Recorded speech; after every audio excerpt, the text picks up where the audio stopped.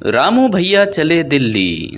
दोस्तों, एक गांव था होशियारपुर, जहां पर कोई भी होशियार नहीं था। तो वहां के सरपंच ने सोचा कि रामू भैया को दिल्ली भेज दिया जाए, क्योंकि दिल्ली में विदेशी टूरिस्ट बहुत आते हैं। तो रामू भैया उनसे कुछ होशियारी सीख ले।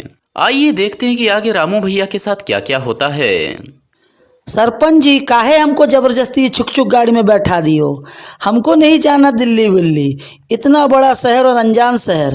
अरे क्यों घबरा रहा है रामू? ई लो रेडियो।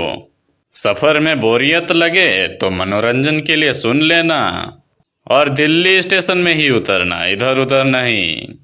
और इस तरह रामू दिल्ली के लिए ट्रेन से रवाना हो जाता है। रात के 2 बजे कोई अनजान स्टेशन। सफर में बड़ा बोरियत महसूस हो रहा है। अरे क्या कहे थे सरपंच जी? मनोरंजन के लिए रेडियो चला लें। चलो देखते हैं। और रामू जैसे ही रेडियो ऑन करता है तो रेडियो से आवाज आती है, नमस्कार, ये आकाशवाणी दिल्ली है और अगला कार्यक्रम प्रस्तुत किया है। अरे ये क्या हुआ, दिल्ली आ गया और साला हमको पता ही नहीं। अरे जल्दी जल्दी कहाँ रहे मेरा बोरिया बिस्तर? अरे भाई ट्रेन रोको रोको, उतरना है मुझे, दिल्ली आ गया है। और रामू आधी रात में उस अनजान स्टेशन पर उतर जाता है। चलिए देखते हैं कि आगे क्या होता है। अरे स्टेशन के बाहर इतना घोर अंधेरा का है? और कोई रिक्शा वाला भाई नजर नहीं आ रहा है, कोई ऑटो वाला बाबू नजर नहीं आ रहा है। तभी रामू को दूर एक ऑटो वाला नजर आता है। ए ऑटो वाले बाबू, क्या आप हमको दिल्ली ले चलोगे? आपका जो किराया होगा हम चुका देंगे। ऑटो वाला भी सोचता है कि अगर अच्छा बकरा मिला है तो क्यों ना उसे हलाल किया जाए। वो 2000 किराए में रामू को अगले 2 घंटे तक ऑटो में घुमाता है। ऑटो वाला रामू से पूछता है, भाई साहब, आप दिल्ली क्या करने जा रहे हैं? रामू उससे बोलता है, भाई साहब, मेरे सरपंच ने मुझे दिल्ली जाके होशियारी सीखने को कहा है, क्योंकि मेरे होशियारपुर में कोई होशियार नहीं है।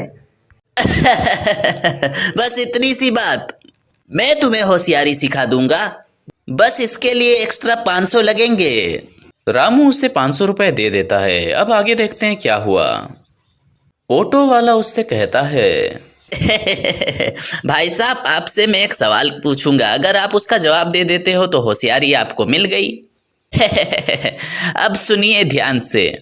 मेरे घर में 3 लोग रहते हैं, एक मेरी बीबी, दूसरा मेरा बच्चा, तीसरा कौन?